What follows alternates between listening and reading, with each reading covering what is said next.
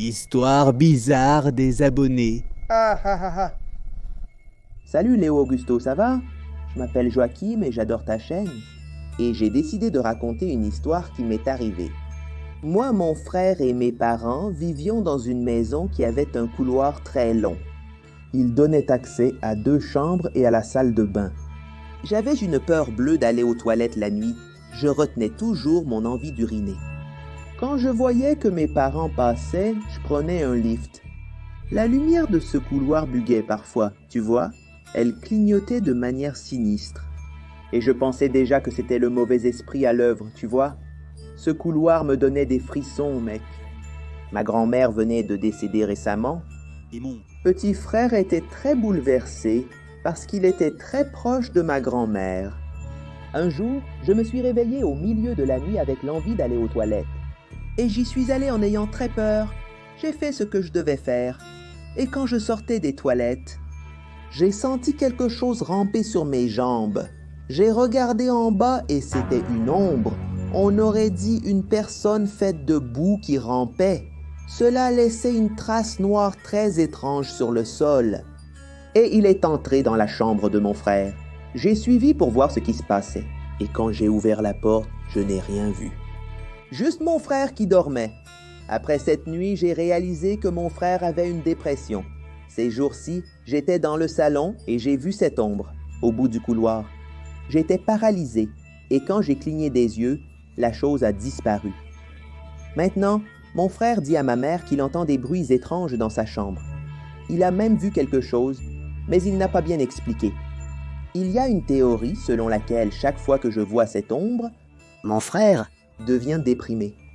Mais je ne sais pas si c'est à cause du manque de ma grand-mère ou de l'influence de cette chose étrange.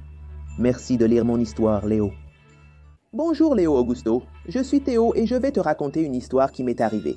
J'étais tranquillement à l'école en train d'étudier. L'heure de la pause est arrivée et moi et mes amis sommes allés acheter une collation à la cantine. Mon ami a dit qu'il y avait quelque chose caché dans le collège que personne ne voulait révéler aux élèves. Et il a raconté l'histoire en disant qu'il y a environ 13 ou 14 ans, un accident s'est produit dans une salle de classe qui est maintenant fermée car des élèves de l'année dernière s'y sont accidentés et qu'il y avait un esprit vivant sur place. Après avoir déjeuné, nous avons décidé de vérifier si cette histoire était vraie ou non. Sans que personne ne s'en aperçoive, nous sommes allés dans le couloir désactivé de l'école. Les autorités nous ont dit que cette aile était fermée pour rénovation depuis plus d'années. Alors, la salle que nous cherchions ne pouvait être que là. Nous avons passé le petit coin de contreplaqué qui bloquait l'accès. En arrivant là, nous avons vu 4 salles. Nous avons bien regardé et 3 avaient la porte ouverte, mais seulement une était fermée à clé.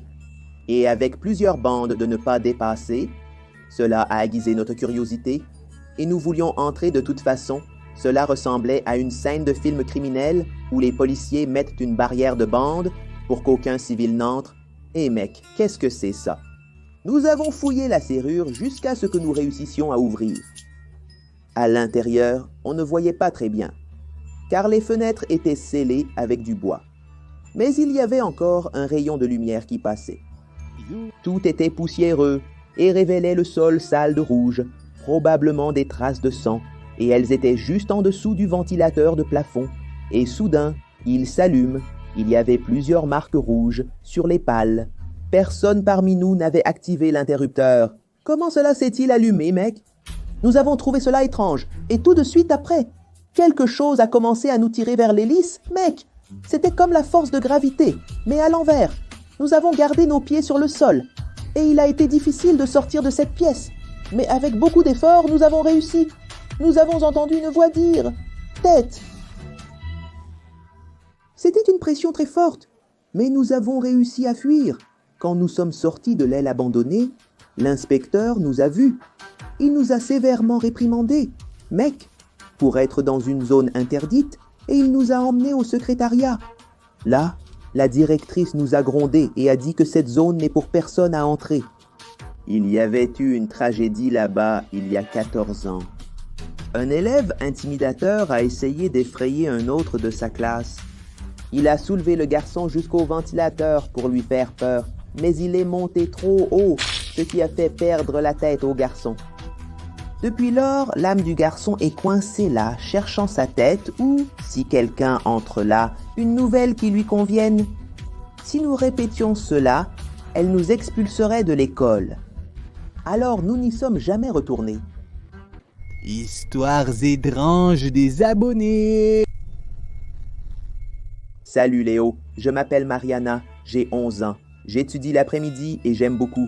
Le problème, c'est que je finis à 6 heures du soir et il fait déjà très sombre.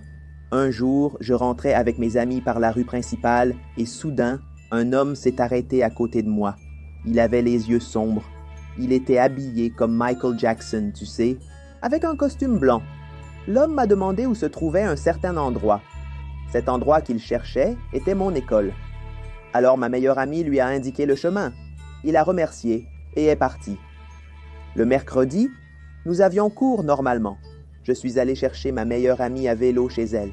Et au moment où j'ai tourné dans sa rue, le même homme de la veille est apparu. Il boitait, avait une mallette. Ses vêtements étaient déchirés. Et il est passé devant moi, en gémissant de douleur. Sur le moment, j'ai crié le nom de mon amie. Elle est sortie de chez elle et a demandé « Pourquoi tu cries? Tu frappes toujours à la porte. » Alors j'ai dit « Tu te souviens de cet homme aux yeux sombres et étranges? » Alors il est passé devant moi tout déchiré, boitant, bizarre. Elle a eu très peur.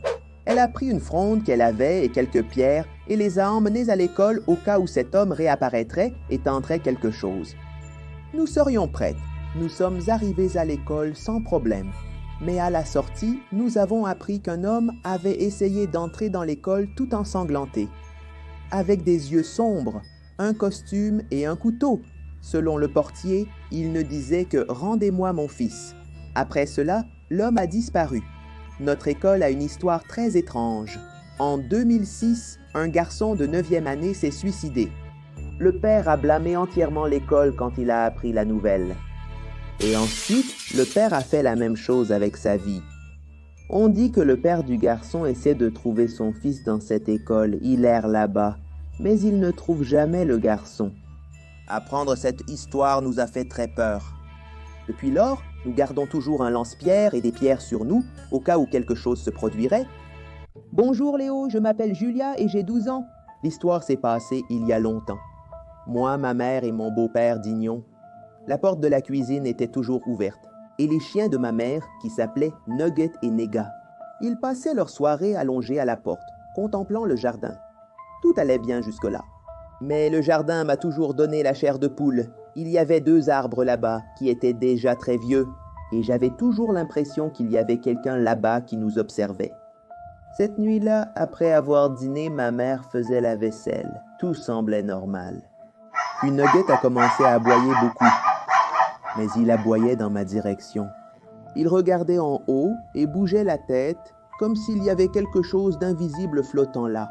Nous avons tous été surpris, car il n'arrêtait pas d'aboyer à quoi que ce soit qui était là près de moi, non? Ma mère m'a dit d'aller voir le chien pour qu'il arrête d'aboyer. J'ai râlé, mais j'y suis allé quand même. Je me suis approché du chien, mais il a continué d'aboyer dans le même coin sans me regarder. Quelques secondes après, il s'est arrêté, comme si la chose avait disparu. Ensuite, je me suis brossé les dents et suis allé me coucher. Avant d'aller dormir, ma mère a commencé à entendre des voix. Et le pire, les voix venaient de ma chambre. Elle a pensé que je pourrais parler à quelqu'un, comme un esprit ou quelque chose du genre. Elle s'est arrêtée pour continuer à écouter.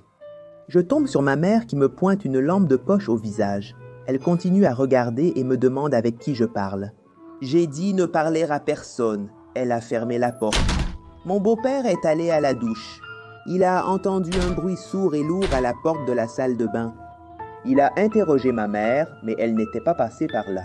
Tout était fermé et j'étais dans ma chambre. Cette nuit-là, ma mère a à peine réussi à dormir. Et j'ai passé pas mal de temps à réfléchir à ce que cela aurait pu être. Serait-ce un fantôme qui est entré chez nous? Bonjour Léo. Aujourd'hui, j'aimerais raconter une histoire qui m'est arrivée quand j'étais en 4e année. J'étais à mon école et c'était l'heure de la récréation. Il pleuvait beaucoup et c'est pourquoi tout le monde était dans la même cour, les grands et les petits. Il tombait une pluie torrentielle bizarre. Dans la salle de bain de cette cour, il y avait un grand miroir et nous, les enfants très intelligents, avons décidé d'invoquer la blonde des toilettes. À l'époque, j'avais très peur de ces choses, mais j'y suis allée parce que mes amis y allaient. Il y avait beaucoup de monde dans la salle de bain, vraiment beaucoup, et les garçons restaient à la porte à regarder. Toutes les filles étaient à l'intérieur. Blonde des toilettes, où es-tu? Par coïncidence ou non, au même moment, un éclair a frappé à proximité. Tout le monde a eu peur et quelqu'un a éteint la lumière de la salle de bain. Je me suis baissé à ce moment-là. Je me souviens avoir regardé sous la porte de la salle de bain pour handicapés et j'ai vu le pied de quelqu'un. Je ne sais pas si c'était un élève, parce que si tout le monde était dehors à regarder le miroir, pourquoi une seule personne serait-elle à l'intérieur de la salle de bain pour handicapés et en plus verrouillée? De plus, il n'y avait pas de personnes handicapées à l'école. Je sais juste que tout le monde a commencé à courir hors de la salle de bain, et la directrice nous a ensuite grondés pour avoir fait du désordre. Mais après avoir parlé avec mes camarades, j'ai découvert que je n'étais pas le seul à avoir vu ses pieds. Une autre amie à moi a dit qu'elle les avait aussi vus. Ils étaient nus avec de longs ongles, tout bizarre, et ça n'a pas de sens, puisqu'il pleuvait. Et pourquoi cette personne serait-elle pieds nus? Ce n'étaient pas des pieds d'enfant, mec. Après un certain temps, ils ont oublié cette histoire. Mais je me souviens encore de cette journée étrange où nous avons invoqué la blonde des toilettes. Et je suis sûr que ses pieds étaient les siens. La famille de Madame Claudineya venait de déménager dans une nouvelle maison. Ils n'avaient pas d'armoire car l'ancienne avait été détruite par les pluies jusqu'à ce qu'une conversation dans le nouveau quartier. Irena a offert à elle une armoire à 10 portes. Claudine a accepté le cadeau et l'a mis dans sa maison. Waouh! Maintenant, il y aura de la place pour ranger tous les vêtements de la famille. Seulement, après une semaine, elle a découvert qu'Irena pratiquait la magie noire et convoitait beaucoup la maison. Et le jardin que Claudine et sa famille avaient loué, Irena avait cet endroit où elle pratiquait ses magies. Juste à côté de Madame Claudineya, et elle ne faisait que convoiter, n'est-ce pas? Alors elle s'est méfiée de l'armoire, pensant que le meuble pourrait avoir quelque chose de mauvais. Je ne sais pas, non? Alors elle a décidé de le passer à quelqu'un d'autre. Mais quand elle est allée le porter à l'endroit, la femme propriétaire de l'orphelinat a vu l'armoire, elle a fait une drôle de tête, a fait le signe de la croix et l'a rejetée. Elle a donné une excuse bidon là-bas, qu'elle n'avait pas de place pour une armoire aussi grande. Madame Claudineya n'a pas très bien compris ce qui se passait là, mais cela a montré que cette armoire n'était pas un meuble ordinaire. Comment ça, mec? La femme se signe en voyant la chose. D'étranges événements ont débuté. La vie de la famille de Madame Claudineya a commencé à se dégrader, mec. Ils ont commencé à se disputer à la maison. Ils ont perdu leur emploi la même semaine, elle et son mari. Jusqu'à ce que la mère de Madame Claudineya trouve un couple d'un autre quartier qui venait de se marier et qui était en train de monter leur maison. Le jour même, elle leur a expédié la garde-robe dont ils avaient besoin. 5 mois plus tard, la mère de Madame Claudineya est arrivée chez elle, n'est-ce pas? Disant que les gens à qui ils avaient donné la garde-robe se disputaient beaucoup et avaient tout perdu. Depuis leur emploi jusqu'à la maison où ils vivaient, il ne leur restait que la garde-robe dans leur vie, et qui a été utilisée pour construire une cabane en bois. Ils vivaient dans la misère et ne progressaient pas du tout dans la vie. Ce n'était pas sûr que cette propriété était baptisée avec quelque chose de mauvais, n'est-ce pas? Jusqu'à voir la situation de cette famille. Bonjour Léo, je m'appelle Vanessa de Assy et je vais te raconter une histoire de quand j'étais toute petite. C'est ma mère qui a raconté ça car j'avais 3 ans. Je parlais toujours d'une amie imaginaire appelée Simone et je disais qu'elle était sur le mur de ma chambre, juste à côté du lit. Selon ma mère, j'affirmais qu'elle était là et qu'il fallait l'aider à sortir, car elle était coincée. Je voulais aller jouer dans le salon ou dans la cour, mais je ne pouvais pas emmener Simone avec moi, car elle ne pouvait pas sortir du mur. Ma mère essayait de s'impliquer dans cette histoire ludique et disait que Simone irait où je vais, car elle est mon amie. Mais je questionnais toujours ma mère, car je voyais Simone coincée dans le mur et elle ne bougeait pas de là.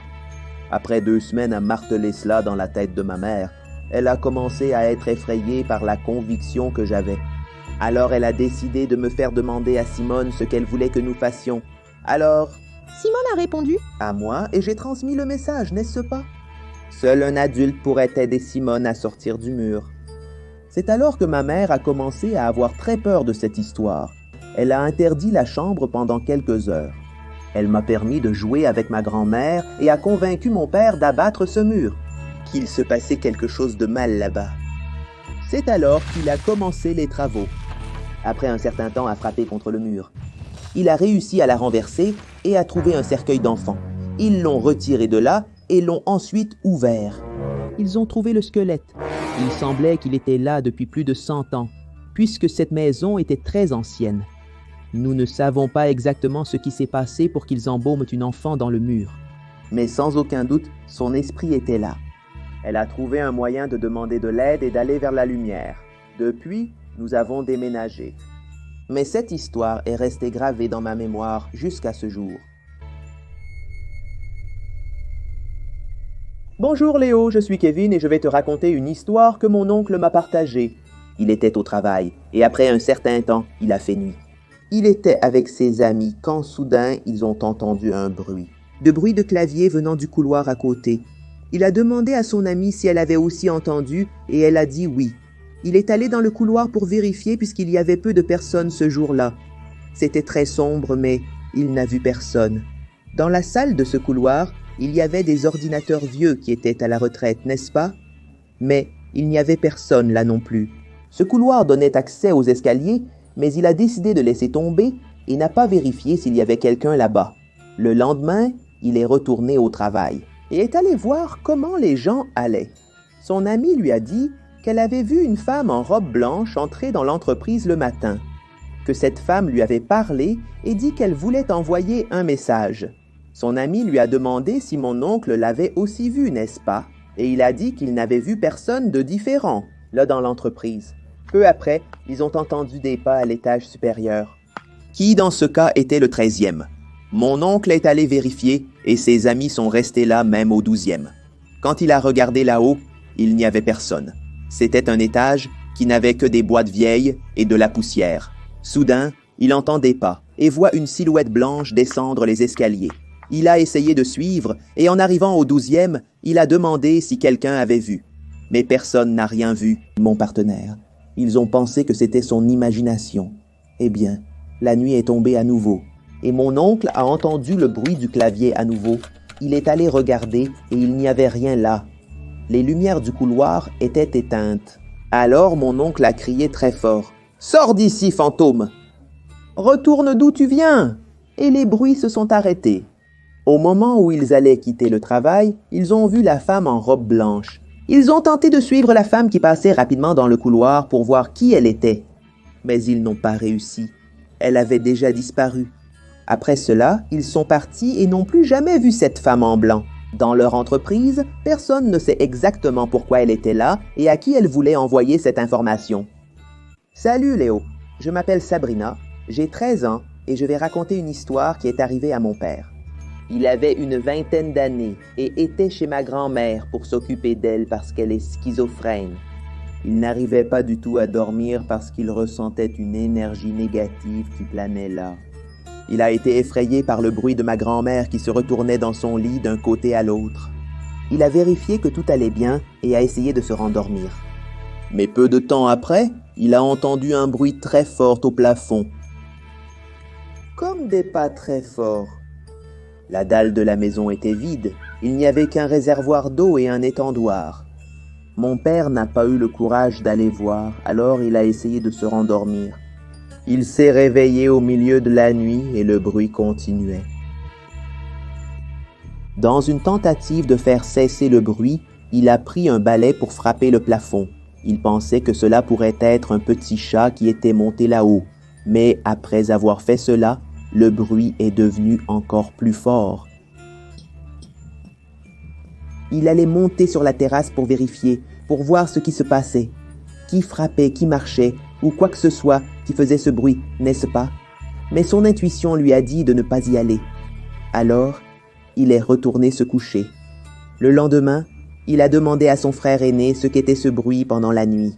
Le frère a ri et a dit ceci.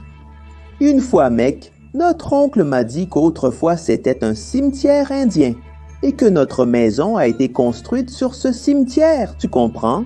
Et que c'était probablement une sorte d'entité surnaturelle qui était là dans la maison, non? Cela a commencé à avoir du sens parce que mon père avait trouvé plusieurs choses étranges dans le jardin quand il était enfant et ne comprenait pas pourquoi. Sa mère voyait aussi constamment des ombres dans la maison et nous demandait toujours de prier avant de dormir. Pour éloigner toute chose mauvaise, le mois dernier, nous étions allés chez ma grand-mère pour prendre soin d'elle.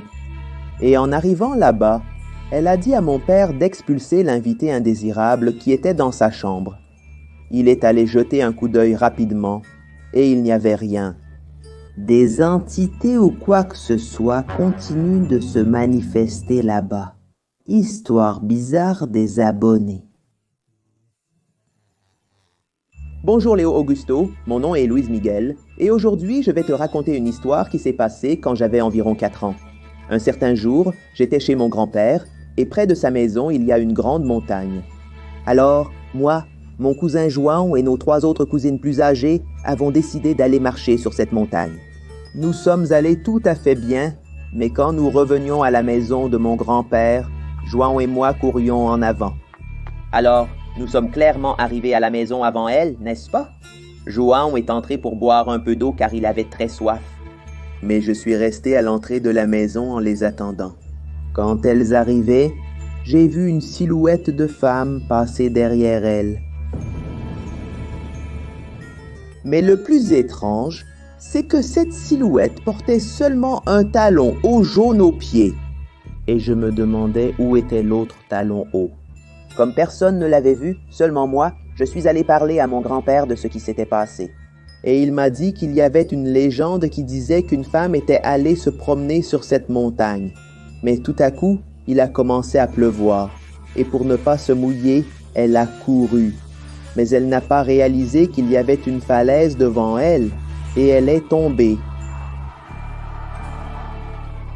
Après une journée de recherche du corps par les gens, tout ce qu'ils ont trouvé, c'était un talon haut jaune qu'elle portait ce jour-là. Et aussi incroyable que cela puisse paraître, je continue d'aller sur cette montagne, Léo.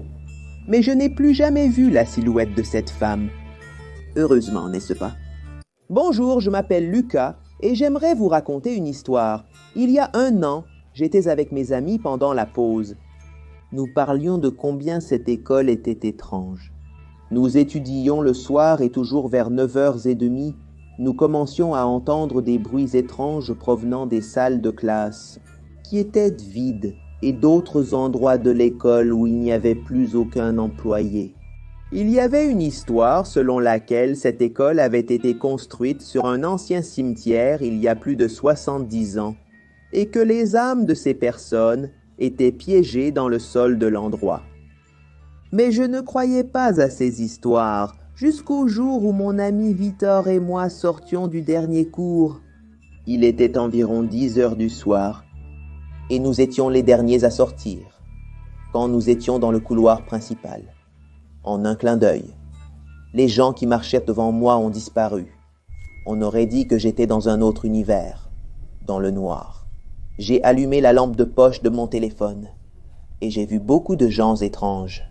En particulier un garçon tout déformé qui me regardait. Et il n'arrêtait pas de me regarder. Et puis, soudain, il disparaît.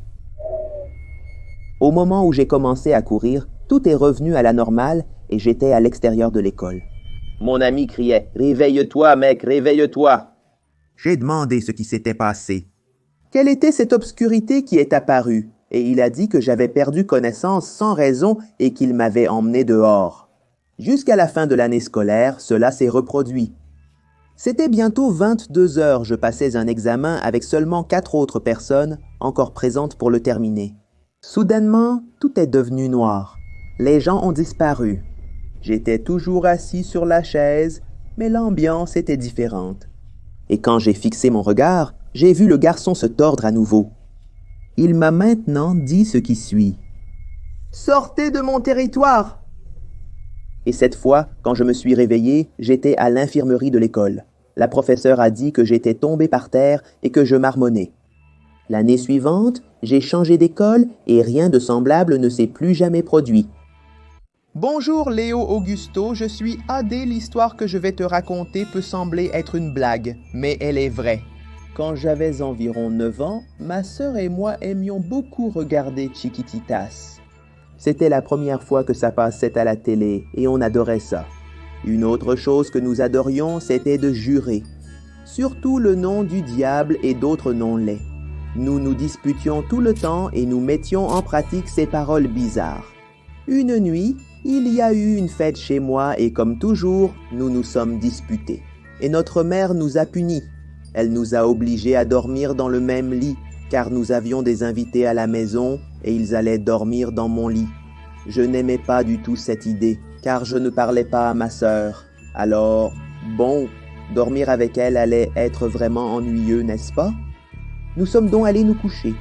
Ma sœur, comme d'habitude, a commencé à prier avant de dormir, mais pas moi. J'ai juste éteint les lumières, je me suis tourné sur le côté et je suis allé dormir.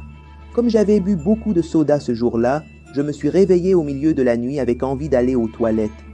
Mais quand je me lève et regarde le mur, juste dans le coin, il y avait une ombre noire avec des yeux rouges qui me regardaient. Et le pire, cette ombre avait la forme d'une des filles des Chiquititas. Sur le champ, j'ai appelé ma sœur et j'ai demandé « Karina, qu'y a-t-il dans le coin là-bas » Elle a commencé à crier et moi aussi. Tout le monde dans la maison s'est réveillé et est venu voir ce qui s'était passé. Ils ont allumé la lumière et il n'y avait plus rien là. J'ai expliqué et dit qu'il y avait une ombre étrange sur le mur, mais personne ne m'a cru. Jusqu'à aujourd'hui, ma sœur dit qu'elle n'a rien vu ce jour-là, qu'elle a juste été effrayée par moi la réveillant. Nous n'habitons plus dans cette maison, mais je me souviens très bien de ce que j'ai vu. C'était une ombre noire avec des yeux rouges à la forme des Chiquititas.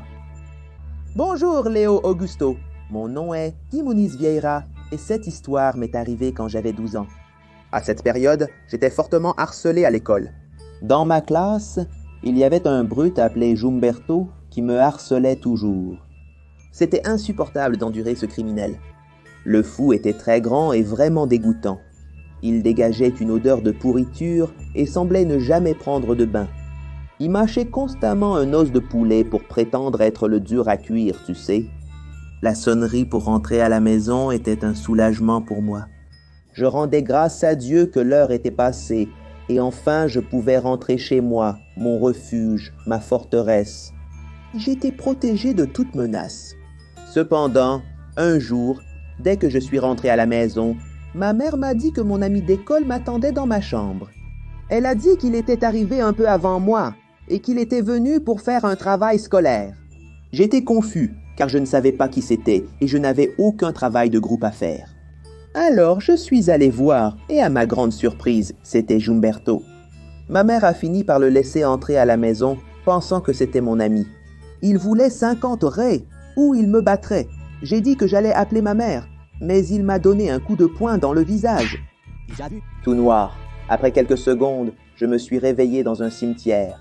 J'ai regardé autour de moi et il y avait une tombe très profonde, avec une pierre tombale à mon nom. Juste à mon retour, j'ai vu quelque chose qui semblait être un fantôme. « Si tu es ici, garçon, alors c'est ton heure, l'heure de partir pour le pays des morts. » Je me suis réveillé désespéré, tombé sur le sol de ma chambre.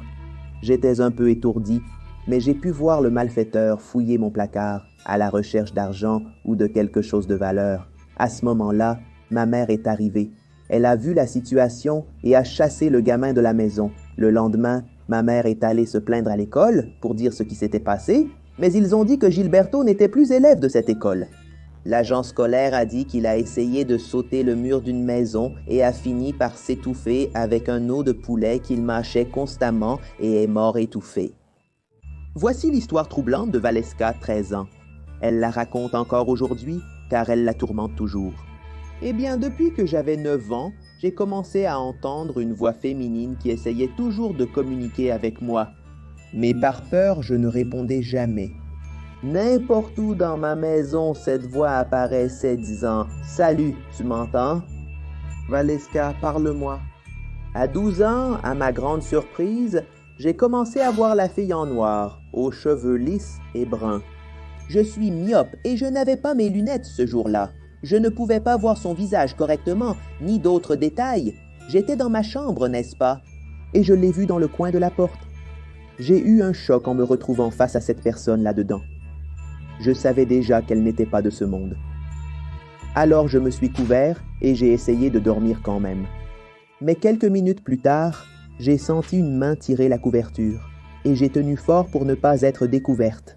Ensuite, j'ai entendu une voix dire ce qui suit. Arrête de lutter, ne résiste pas et parle-moi. J'ai commencé à crier à la recherche d'aide. Mes parents dormaient dans la chambre à côté. Elle continuait à me parler et je ne l'écoutais pas. Personne n'est venu m'aider. Je pense qu'ils n'ont pas entendu mon appel à l'aide. Après cela, je l'ai vue plusieurs autres fois chez moi, mais elle était toujours loin. Elle gardait une distance d'environ 4 mètres pendant la journée, et l'après-midi, elle se contentait de me regarder. Mais quand la nuit tombait, elle essayait de se rapprocher. J'ai déjà raconté à toute ma famille, mais personne ne me croit. Merci Léo pour tes vidéos. J'adore ta chaîne. J'apprécie que tu partages mon histoire. Bonjour Léo Augusto, je suis Raphaël Arruda. Je viens partager mon histoire de vie dans une municipalité très rurale. Même pratiquement au bout du monde. Il y avait un homme qui était chasseur et pêcheur, et sa maison était située dans un champ qui inondait pendant l'hiver. En allant tout droit, en suivant par l'arrière de sa maison, on arrivait rapidement dans une zone de forêt très dense. Cet homme avait un petit-fils. Parfois, il surprenait le garçon en train de parler tout seul près de cette forêt. Mais à ce moment-là, lorsqu'il demandait avec qui le garçon parlait, « Papa, je parle toujours à une femme aux ongles énormes. Elle vient toujours de cette forêt pour me parler et elle a dit qu'elle voulait m'emmener pour me faire visiter sa maison. » Le père a pensé que c'était son imagination et m'a appelé. Un jour, cet homme est allé pêcher dans une zone inondée, qui était là à proximité.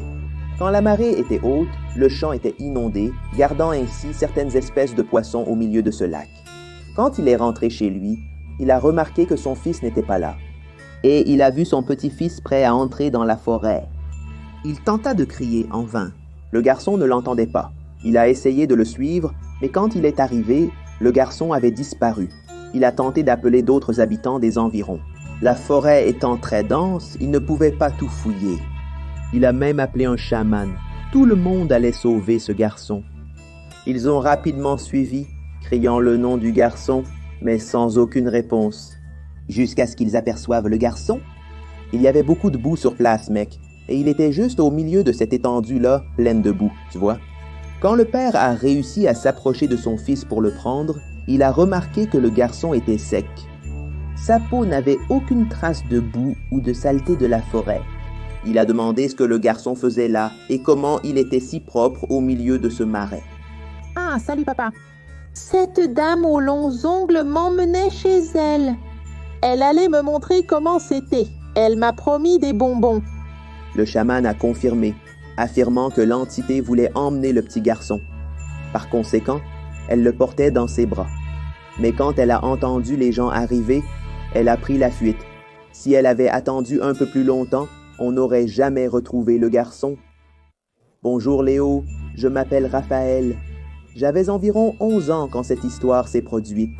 Devant chez moi, il y a un petit parc public et je jouais presque tous les jours avec mes amis là-bas. En fin d'après-midi, nous avons décidé de jouer à Garafao, qui est une sorte de cache-cache avec une bouteille à moitié remplie d'eau. Elle est lancée très loin et la personne qui cherche doit aller la chercher, devant revenir à reculons pendant que les autres se cachent. S'il trouve quelqu'un, il doit dire 1, 2, 3 suivi du nom de la personne. S'il ne parle pas rapidement, l'individu peut prendre la bouteille et la lancer très loin pour recommencer le jeu. Alors je suis allé me cacher dans une ruelle à côté de ma maison. Il y avait un buisson là-bas qui était bon pour me cacher. Le seul problème était que la voisine était une personne très sombre. Elle s'occupait de choses étranges et j'avais très peur de ça. Il semblait qu'elle était à la maison, car j'ai entendu des cris qui semblaient indiquer que quelqu'un était en train d'agoniser à l'intérieur. Je me suis senti étrange et un peu étourdi, mais j'ai continué à jouer.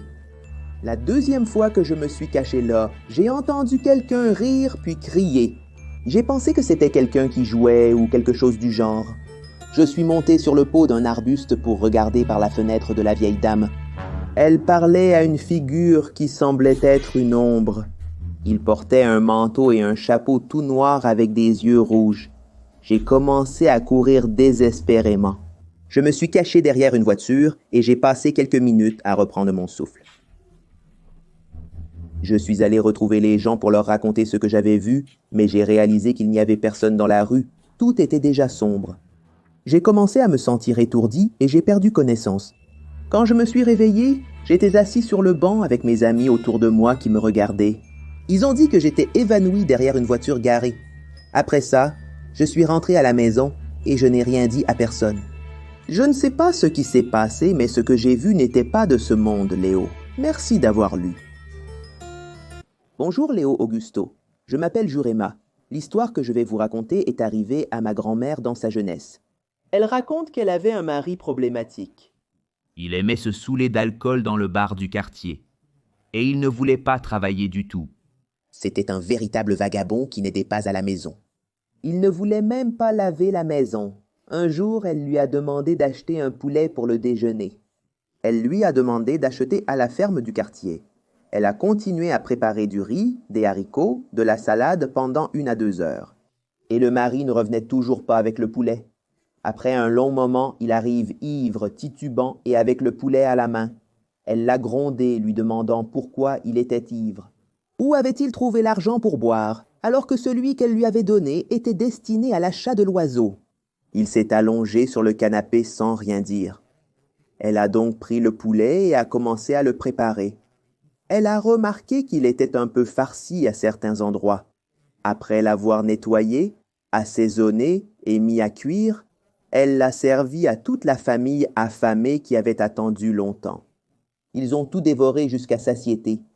Cependant, quelque chose d'étrange a commencé à se produire avec chacun d'entre eux. Ils ont commencé à ressentir de fortes douleurs à l'estomac. Et ils ont aussi commencé à avoir des hallucinations. Ils ont commencé à voir des ombres sombres passer au-dessus d'eux. Ils sont restés ainsi jusqu'à minuit. Ma grand-mère dit qu'elle s'est même évanouie. À son réveil, elle a demandé à son mari d'où venait ce poulet. Alors il a dit, n'est-ce pas, qu'il allait à la ferme pour acheter. Mais il a vu un poulet à la croisée des chemins et il a eu l'idée d'utiliser l'argent pour boire, n'est-ce pas, au bar. Ma grand-mère était indignée par cette situation et ce jour-là, elle a chassé ce fou de la maison. C'était sûrement une offrande pour une entité quelconque. Et le fou a pris. Elle dit qu'elle ne mange toujours pas de poulet à cause de ce jour-là